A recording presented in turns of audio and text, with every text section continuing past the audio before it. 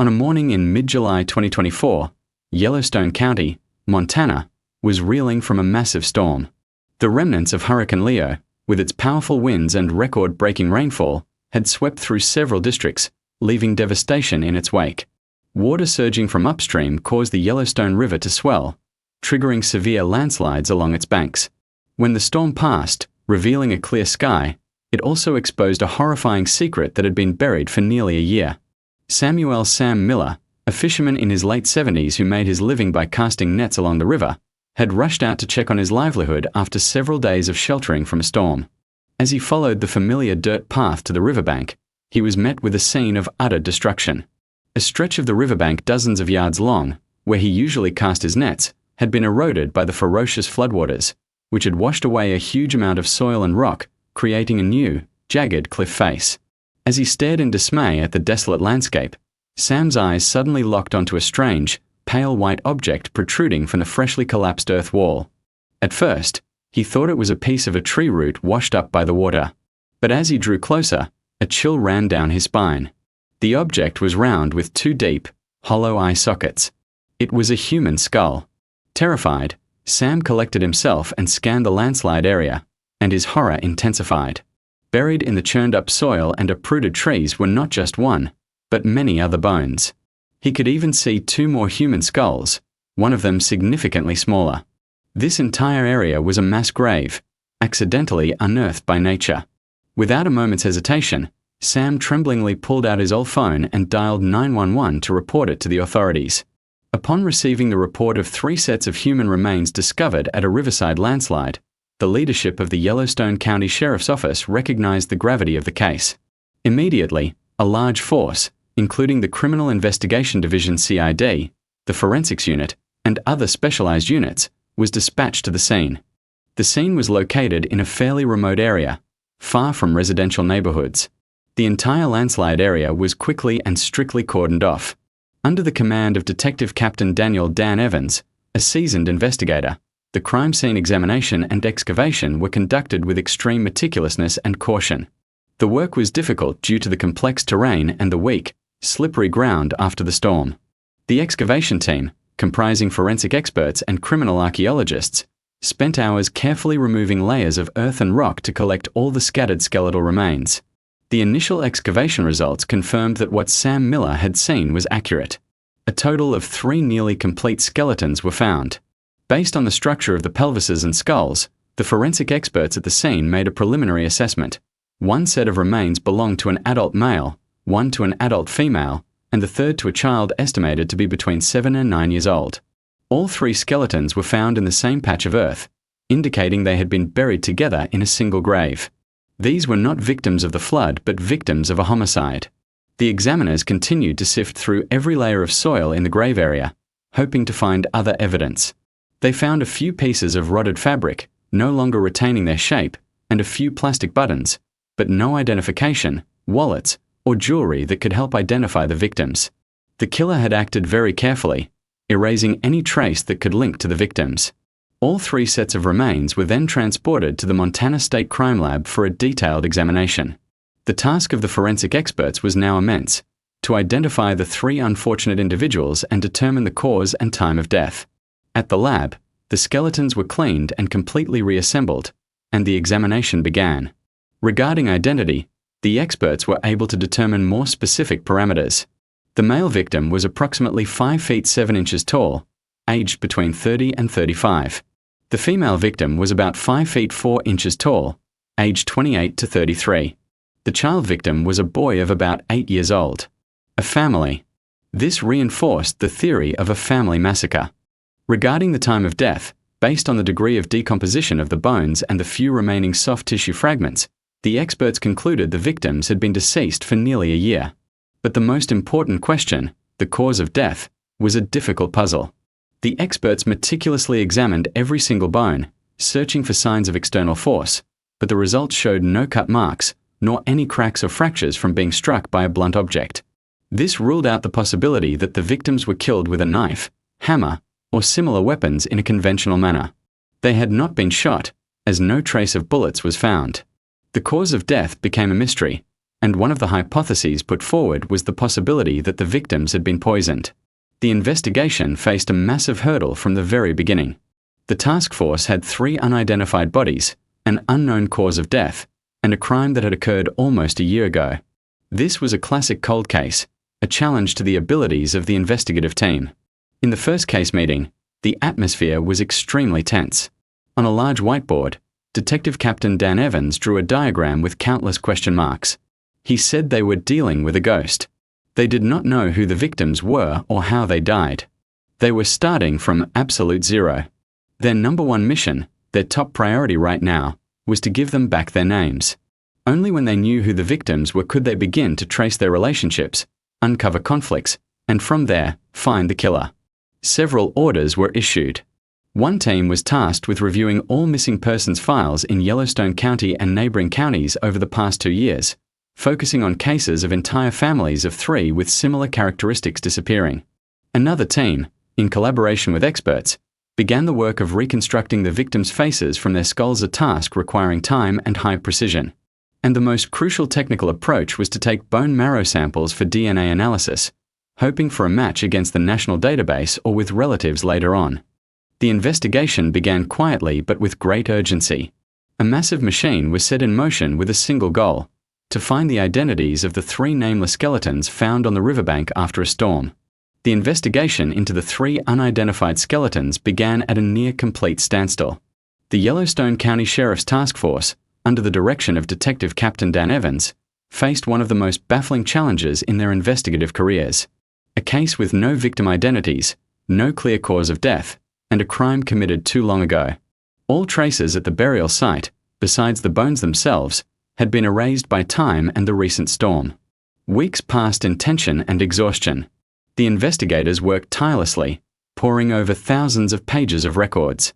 The missing persons team checked every reported case nationwide from the last 2 years. Hundreds of seemingly similar cases were analyzed and compared, but after verification, none of them matched. No family of 3 with similar ages and characteristics had been reported missing. This pointed to a frightening possibility: the victims had disappeared silently. A disappearance so perfectly concealed by the killer that not a single relative knew or reported it.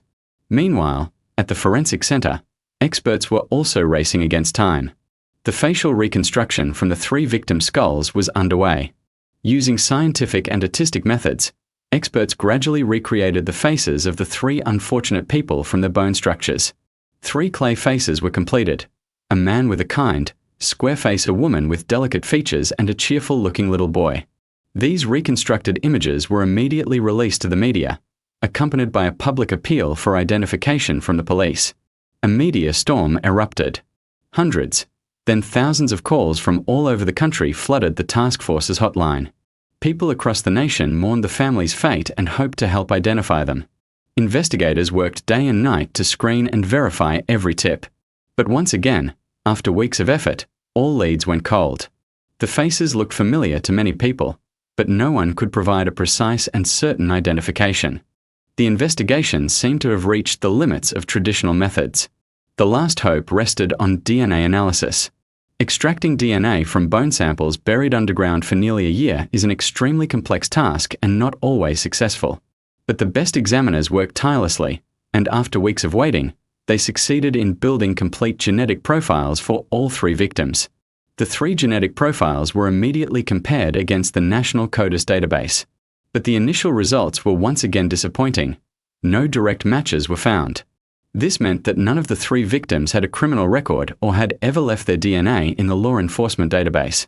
Just as all hope seemed lost, Captain Evans made a bold request to perform a familial search.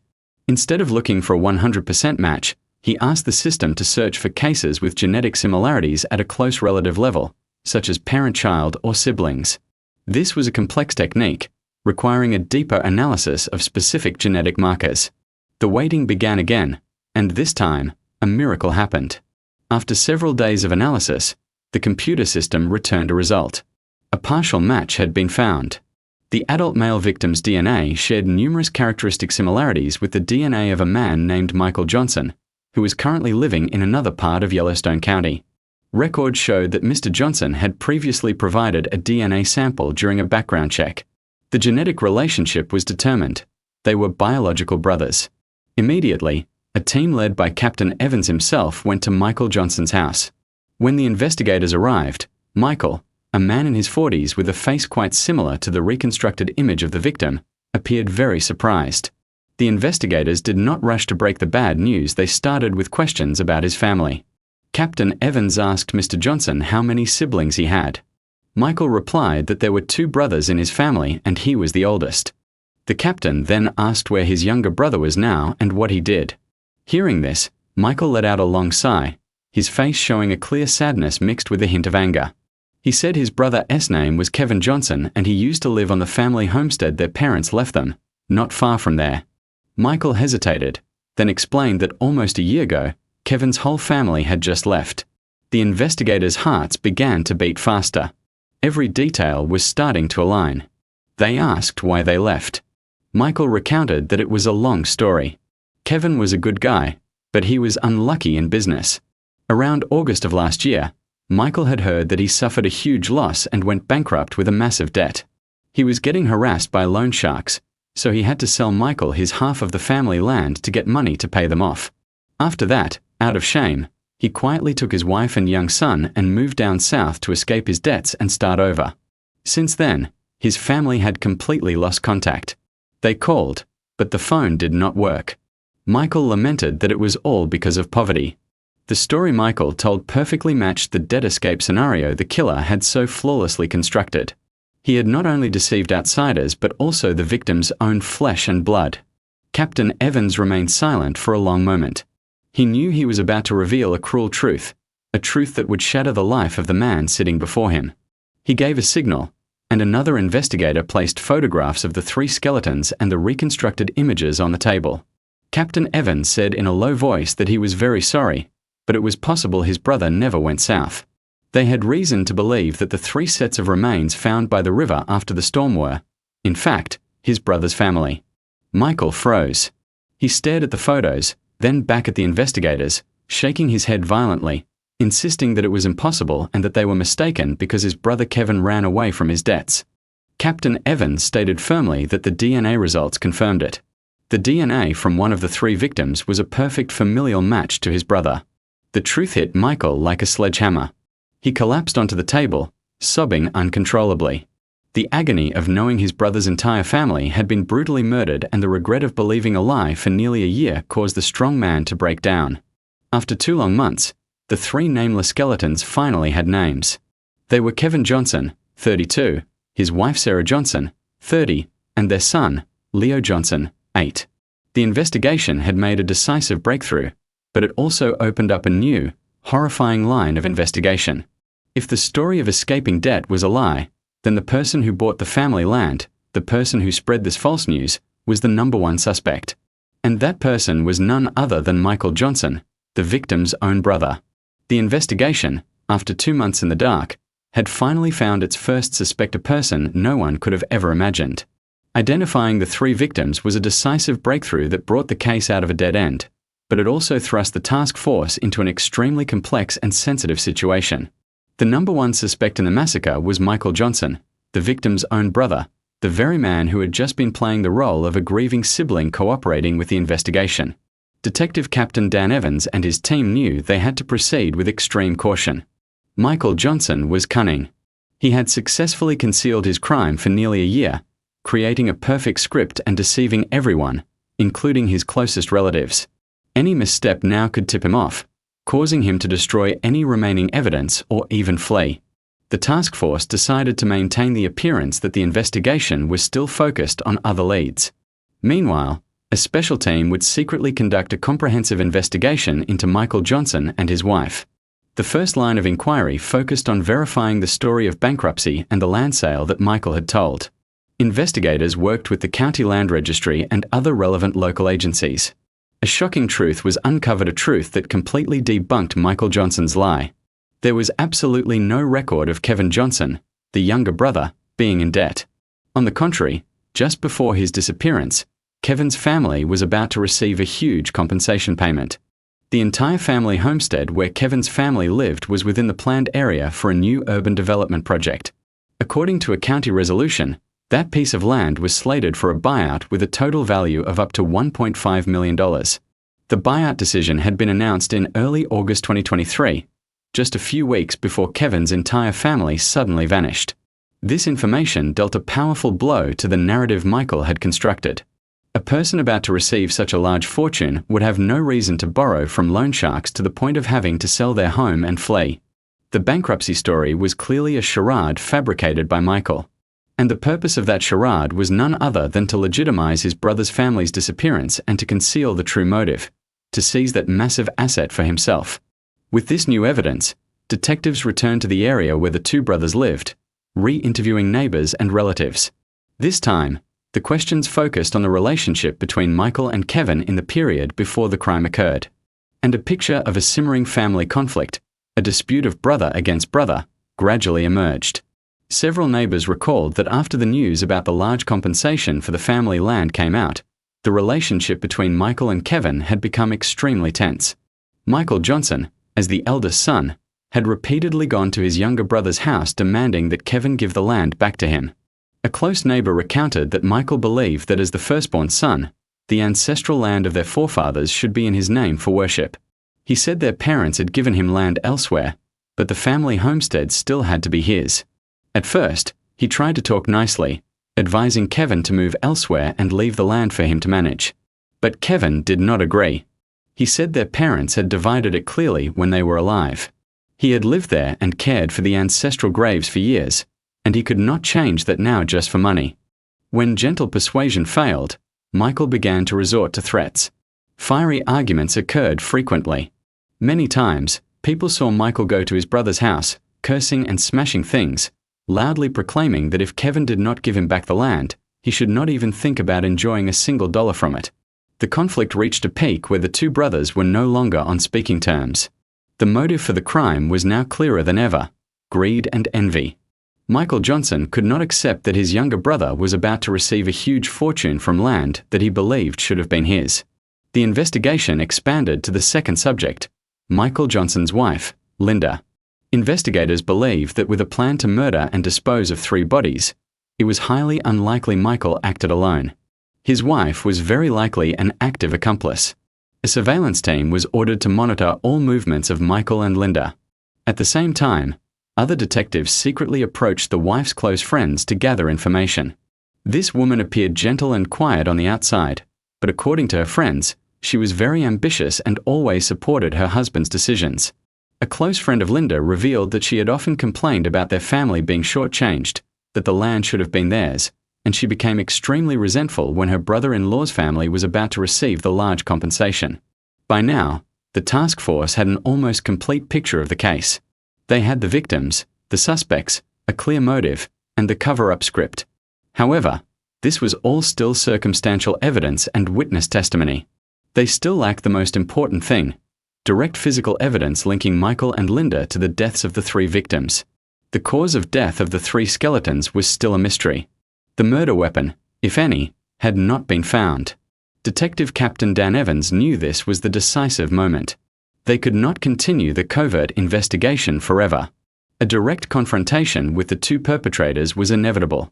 He believed that no matter how cunning they were, when faced with sharp evidence and the professional techniques of the investigators, the wall of lies that Michael and Linda had built for nearly a year would surely crumble. In the final meeting before deciding to act, Captain Evans said the case file was almost complete. Only one thing was missing: a confession. They could not arrest them based solely on what they had. They had to force them to confess to their crimes themselves. The plan was to summon both Michael and Linda for questioning at the same time, but in separate interrogation rooms. This would be the final psychological battle. They had to break their alliance at all costs, forcing one of them to reveal the truth. The summons was sent out. The final confrontation, after nearly a year of a hidden crime, was about to begin. The summons from the sheriff's office arrived at Michael Johnson's house one afternoon. Both Michael and his wife, Linda, seemed quite surprised but maintained a calm, cooperative demeanor.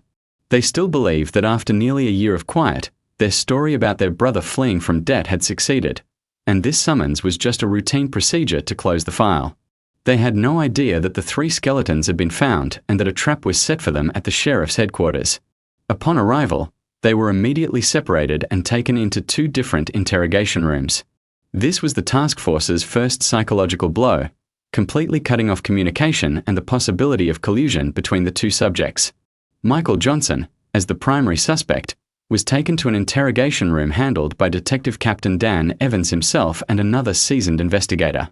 The interrogation began slowly. Captain Evans did not get straight to the point but simply asked Michael to recount, one more time, everything he knew about his brother's family's disappearance.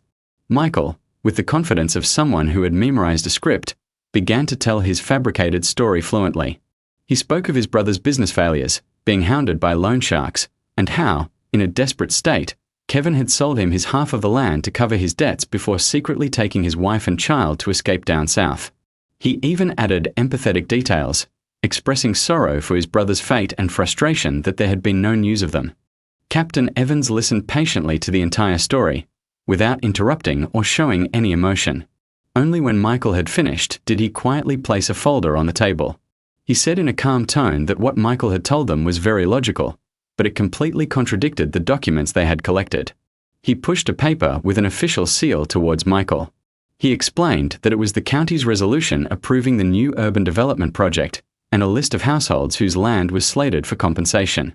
He pointed out the familiar name, Kevin Johnson. The family land Michael claimed his brother sold to him for cheap was actually about to be compensated for a value of $1.5 million. He asked Michael to explain why a man about to become a millionaire would need to run from debt. Michael Johnson froze, his eyes fixed on the resolution, his face beginning to change color. The first, and largest, crack had appeared in his perfect act. He stammered that he did not know anything about the project, and that perhaps his brother had left because he did not know either. Captain Evans raised an eyebrow, questioning how he could not have known. He stated that the resolution was publicly posted at the town hall since early August of last year. The whole community knew. His brother lived right on that land, there was no way he would not have known. He told Michael to stop beating around the bush. Seeing Michael start to panic, he dealt the second blow. He placed a series of witness statements on the table, noting that they were from Mr. Peters, Mr. Jones, Mrs. Smith, his brother's next-door neighbors. They all confirmed that in the time before Kevin disappeared, Michael had repeatedly gone to his house to cause trouble, curse at him, and threaten him. He had demanded the family land back and said that if Kevin did not return it, he would not be able to enjoy a single dollar of it in peace. He then asked Michael how he explained these statements. By now, Michael Johnson could no longer maintain his composure. He knew his entire fabricated story had been exposed. Cold sweat began to bead on his forehead. He claimed they were jealous and making things up about him. He admitted that he and his brother had disagreements, but that it was just family business and had nothing to do with his disappearance. He was still trying to deny it.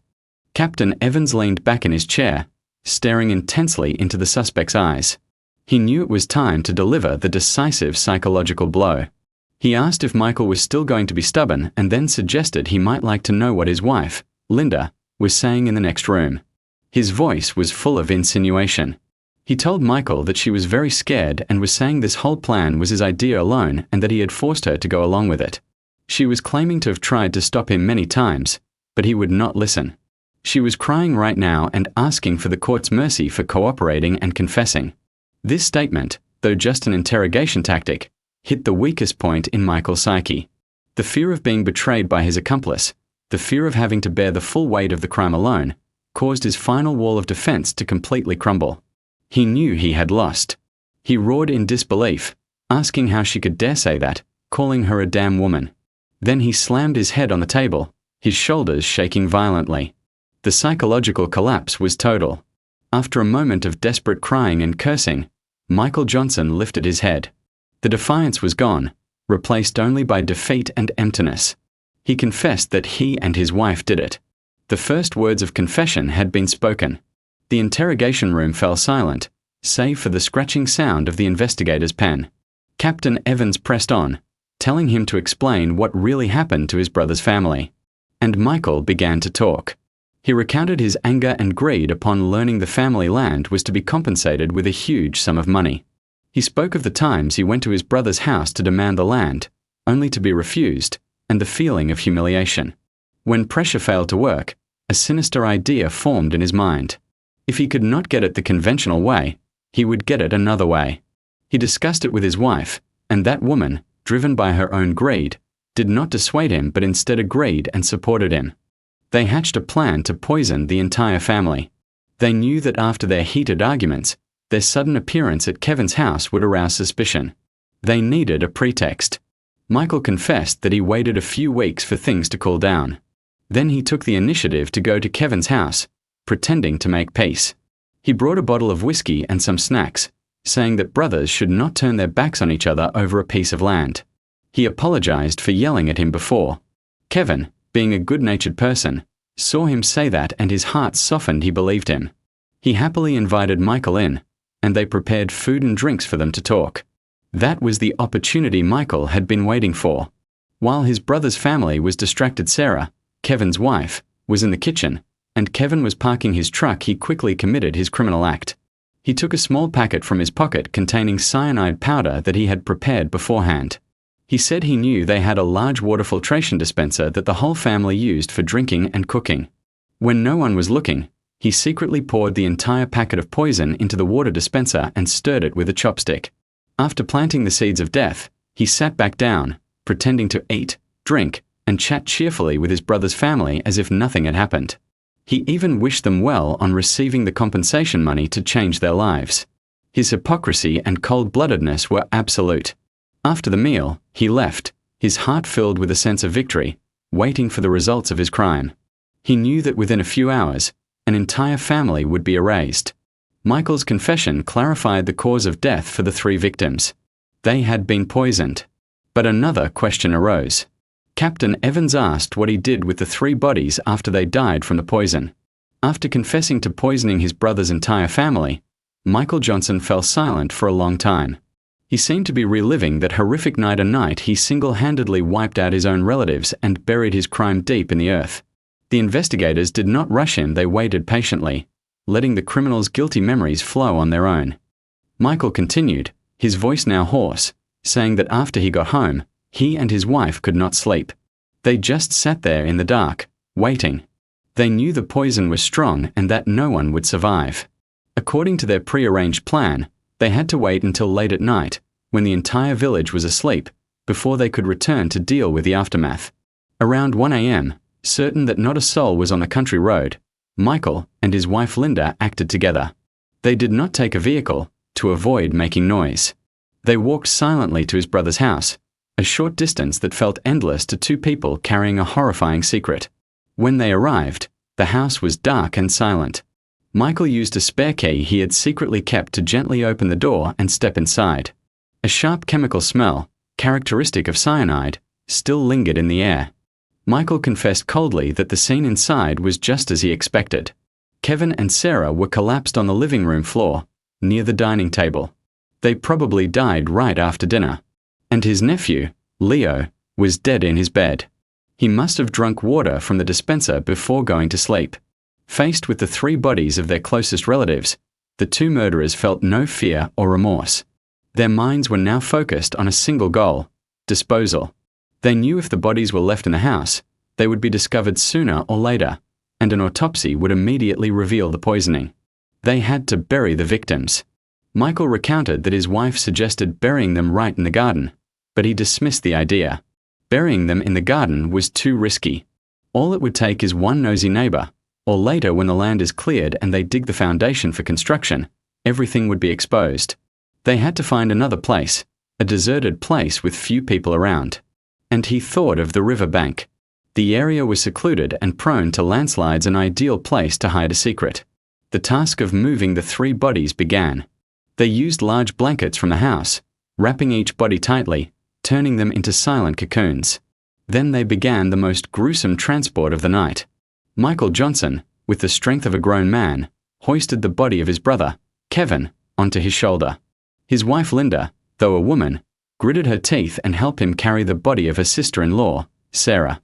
As for their 8-year-old nephew, his small body was tucked under Michael's other arm. Just like that, in the dead of night, the 2 demonic spouses quietly moved the 3 corpses out of the house, around the back garden, and followed a small trail leading to the riverbank. The journey was only about a mile, but for them, It was the heaviest and most haunting walk. They had to listen for any sound, terrified of a dog's bark or the sudden headlights of a distant car. When they reached the riverbank, they chose an area with soft soil and dense weeds, hidden behind a large thicket of bushes. Here, they had already stashed shovels. The two of them took turns digging a large hole, deep enough to hold all three people. The work of digging the grave took nearly 2 hours. Once the hole was deep enough, they callously placed the three bodies inside. They did not arrange them neatly but simply threw them in, one on top of the other. The victims, Kevin and Sarah, were placed at the bottom, and the small body of their nephew Leo was placed on top. After placing the victims in the hole, they began to fill it with dirt. They worked carefully, trying to flatten the surface, then covered it with grass and dry leaves for camouflage, erasing any trace of a newly dug grave. By the time they were finished, dawn was breaking. The two murderers, exhausted and covered in mud, returned home. But their work was not over. They still had to perform the final act to cover up their crime. Michael continued, saying that after they got back to the house, he told his wife to stay calm and act as if nothing had happened, and that he would handle the rest. He began to systematically spread the false story. First, using a burner phone, he pretended to be a stranger and called a few neighbors close to Kevin's family, saying he was a creditor and that Kevin's family had fled due to gambling debts. Then he fabricated the entire story about his brother's business failures, having to sell the land to pay off debts, and then running away to the south. With his acting skills and crocodile tears, he even deceived his own older brother, who later unwittingly became a witness corroborating his lie to the investigators. The plan of Michael and Linda Johnson had succeeded perfectly. They had wiped out an entire family, disposed of the bodies discreetly, and created a seamless story that deceived everyone. They lived comfortably with their crime, waiting for the day they would receive the $1.5 million compensation. They believed their terrible secret would be forever buried in the earth by the lonely riverbank. Michael Johnson's confession closed all the remaining mysteries of the case. In the interrogation room next door, faced with her husband's confession, Linda Johnson also completely broke down and admitted her role as an accomplice. The case of the family massacred for greed was now fully solved. With the full and detailed confessions of Michael and Linda Johnson, the investigation phase of the family massacre case officially concluded. The horrific crime, hidden for nearly a year, was finally brought completely to light. The investigative report, along with the entire case file and evidence, was transferred by the Yellowstone County Sheriff's Office to the District Attorney's Office, recommending the prosecution of both defendants to the fullest extent of the law. Based on the irrefutable evidence, the Yellowstone County DA's office issued an indictment charging defendants Michael Johnson and Linda Johnson with murder. The indictment identified it as a case of an especially heinous nature, carried out by an organized criminal group with family members at its core. The aggravating factors were clearly listed, including multiple homicides, the murder of a person under 16, the commission of the crime in a cruel and depraved manner, and committing the crime for a base motive. Michael Johnson was identified as the mastermind and instigator, while Linda Johnson was an active accomplice. A few months later, the Yellowstone County District Court brought the case to trial. The story of a man murdering his own brother's entire family over a land dispute had caused great outrage and sorrow among the local community. The trial attracted a large crowd.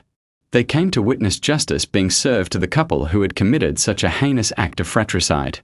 In the dock, Michael and Linda Johnson stood, completely broken.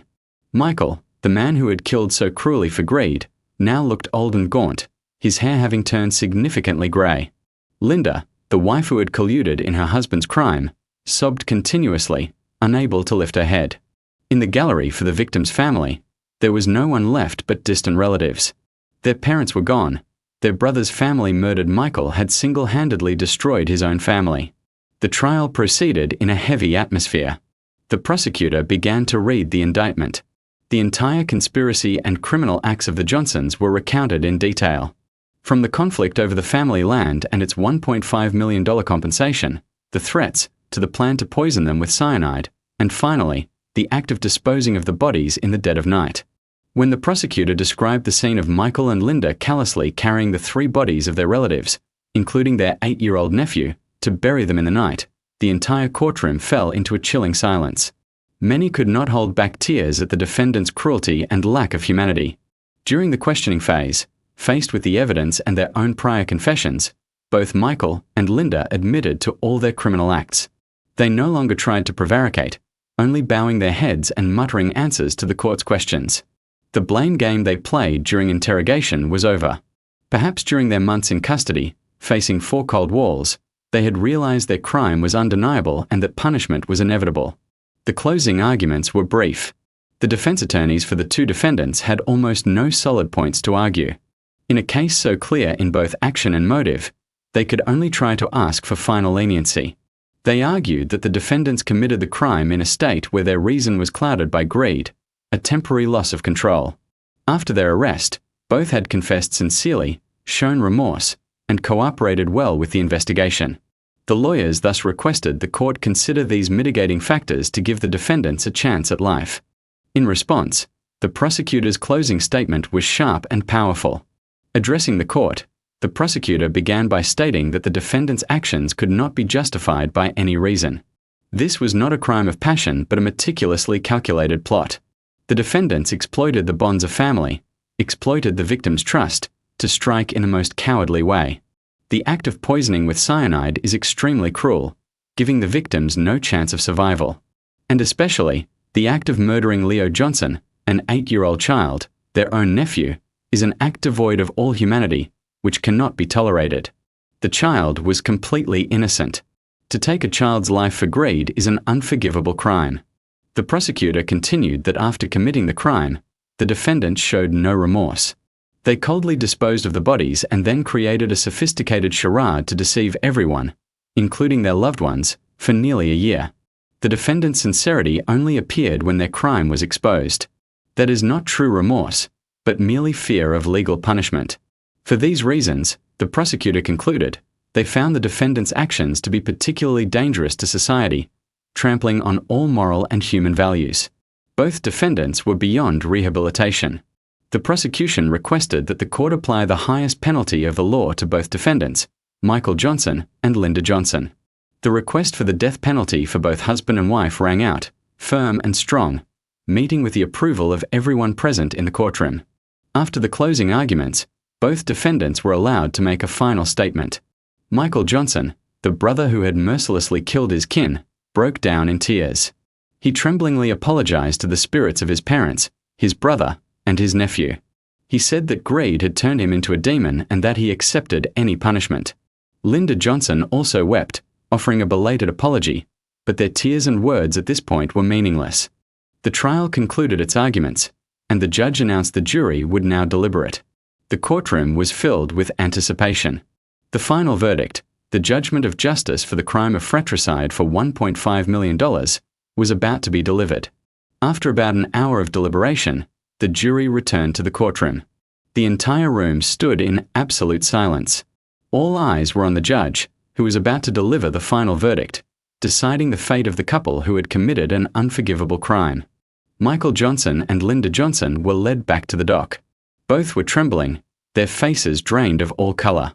The judge, in a solemn and stern voice, began to read the verdict. He stated that after a comprehensive and objective review of the entire case file, the evidence examined at trial, as well as considering the arguments of the prosecution, the defense, and the defendant's testimony, the court had found sufficient grounds to conclude that the actions of defendants Michael Johnson and Linda Johnson constitute the crime of murder. The court rejected the defense's argument that the defendants confessed sincerely and showed remorse. The defendant's admission of guilt came only when faced with the irrefutable evidence collected by the investigation. Prior to that, the defendants conspired to create a sophisticated charade to deceive their family and society for nearly a year. This demonstrated their cunning and their determination to conceal the crime to the end, not true remorse. The judge's voice grew sterner, emphasizing the nature of a crime that had trampled on all moral foundations. He declared that this was a crime born of greed and envy, a crime of brother against brother. Defendant Michael Johnson, solely for the desire to seize the compensation money from the family land, mercilessly planned the murder of his own brother's entire family. This act not only severely violates the law but also goes against all moral values and the most sacred family ties. He continued that the actions of both defendants were particularly cruel. The defendants exploited the victim's trust, pretending to make peace to carry out the poisoning with a highly potent toxin, giving the victims no chance of survival. Even more cruelly, The defendants murdered Leo Johnson, an 8-year-old child, their own nephew. The act of killing a child is an act of utter depravity that cannot be tolerated in any form. The court found the defendants' actions to be exceptionally dangerous to society, causing catastrophic consequences, irreparable pain to the living, and extreme outrage in the community. Both defendants were deemed beyond the possibility of rehabilitation, and it was necessary to apply the strictest penalties commensurate with the crimes committed. For the foregoing reasons, the court hereby sentences 1. Defendant Linda Johnson, for her role as an active accomplice who knew of her husband's murder plot but did not prevent or report it, and furthermore participated in the disposal of the bodies and concealment of the crime, is sentenced to life in prison for the crime of murder. Hearing her sentence, Linda Johnson collapsed, sobbing hysterically. 2. Defendant Michael Johnson, for his role as the mastermind who directly planned and carried out the criminal act, is sentenced to the highest penalty, death for the crime of murder. The death sentence was delivered, final and cold. Michael Johnson could not stand, his legs gave way, and he had to be supported by the court officers. He lifted his stunned face and stared into the void. Perhaps only now did he truly understand that the $1.5 million, the thing he had risked everything to possess, could not buy back his life. The trial ended. The criminal couple was led away. The case of the family massacred for greed had officially closed with fitting sentences. Days later, Detective Captain Dan Evans sat in his office, looking over the entire case file. He was not thinking about the killer's cunning, but about how the crime was exposed. This case was a prime example that the perfect crime does not exist. Michael Johnson had created a nearly flawless script, a disappearance legitimized by a plausible story, a disposal of bodies that seemed impossible to find. He had succeeded in deceiving everyone for almost a year, but he could not account for the whims of nature. A storm, a landslide, had inadvertently become an ally of justice, bringing his crime to light. And when the nameless skeletons were found, it was the advancement of forensic science, specifically the technique of familial DNA analysis, that became the only key to breaking the victim's silence, giving them back their names, and from there, unmasking the killer. This case is a painful lesson about the degradation of family bonds in modern society, where money has such formidable power that it can turn blood brothers into mortal enemies.